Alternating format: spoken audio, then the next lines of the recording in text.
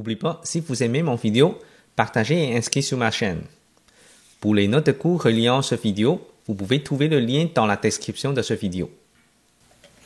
L'exemple 4N. Il faut 1,5 secondes pour un objet en chute libre qui tombe du repos pour parcourir les 30 derniers mètres avant de toucher le sol. De quelle hauteur au-dessus du sol est-il tombé?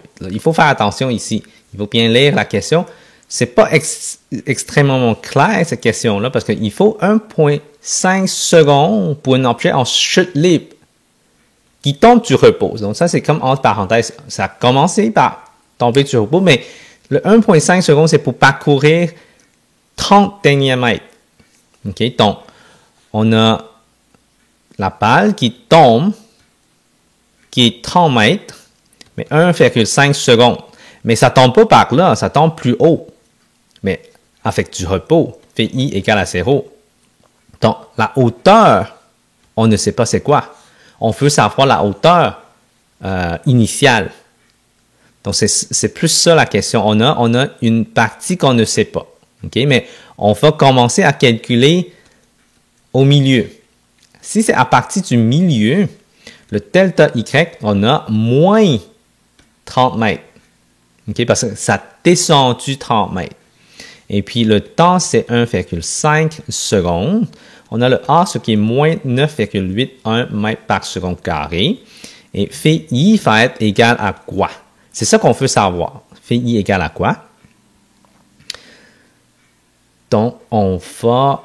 Parce qu'on ne sait pas c'est quoi cette vitesse. Pourquoi on veut chercher la vitesse initiale et non... Ben, c'est sûr que la vitesse finale, on ne sait pas non plus.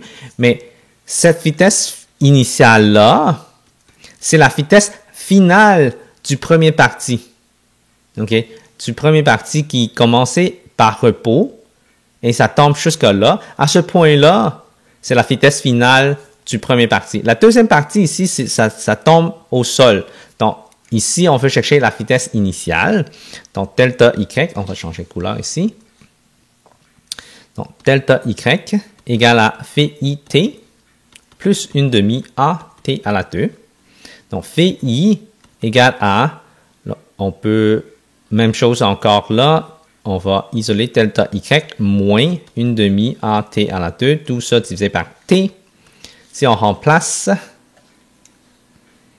donc ça donne moins 30, moins 1 demi, moins 9,81, multiplié par 1,5 à la 2, tout ça sur 1,5. Donc la réponse ici, on met ça dans la calculatrice, ça donne moins 12,64 mètres par seconde. Donc, ça, c'est la vitesse initiale. Ça devient vitesse finale de la première partie. Donc, on a vitesse finale, ce qui est moins 12,64 mètres par seconde. Vitesse initiale, c'est à partir du repos. A, c'est moins 9,81 mètres par seconde carré. Le temps, on ne sait pas. Et la hauteur, on ne sait pas. Est-ce qu'il y a une formule qu'on n'a pas besoin de temps? Oui, bien sûr, hein? On n'a pas besoin de temps dans cette formule-là. Phi f à la 2 égale phi I à la 2 plus 2 fois A delta Y. Donc, on veut chercher c'est quoi le delta Y. On peut avoir phi f à la 2 moins phi I à la 2 divisé par 2A, ce qui est delta Y. Si on remplace là-dedans, on a 12,64 le négatif à la 2. Moins 0 sur 2 fois moins 9,81. Et ça va nous donner delta Y. Donc, ça veut dire que delta Y, ça va, si on met ça dans la calculatrice, ça va nous donner moins 8,14 mètres. Donc, ça veut dire que ça a descendu de 8,14 mètres. Là, on veut savoir la hauteur au-dessus du sol. OK? Donc, ça veut dire que le delta Y qu'on va chercher, le total, ce serait égal à 8,14 plus 30. Donc ça donne 38,14 mètres. Donc ça, c'est 38,14 mètres au-dessus du sol. Et voilà.